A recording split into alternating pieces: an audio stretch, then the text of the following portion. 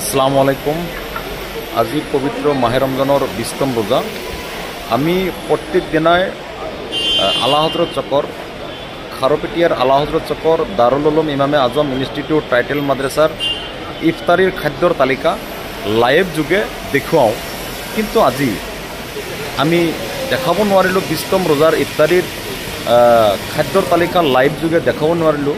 ইয়ার main কারণটো হল আমার প্রিয় হুজুর দারুল উলুম ইমামে আজম ইনস্টিটিউট টাইটেল মাদ্রাসার প্রতিষ্ঠাপক আমার প্রিয় হুজুর আব্দুল হামিদ মুহাদ্দিস মিজবাহী সাহেব গুজরাটত গৈছিল।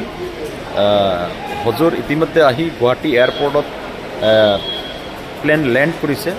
আমি হুজুৰক লব আহিছোঁ। এতিয়া আমি এয়াৰপোৰ্টৰ ভিতৰতে আছোঁ, হুজুৰৰ লগত লগ হোৱা নাই।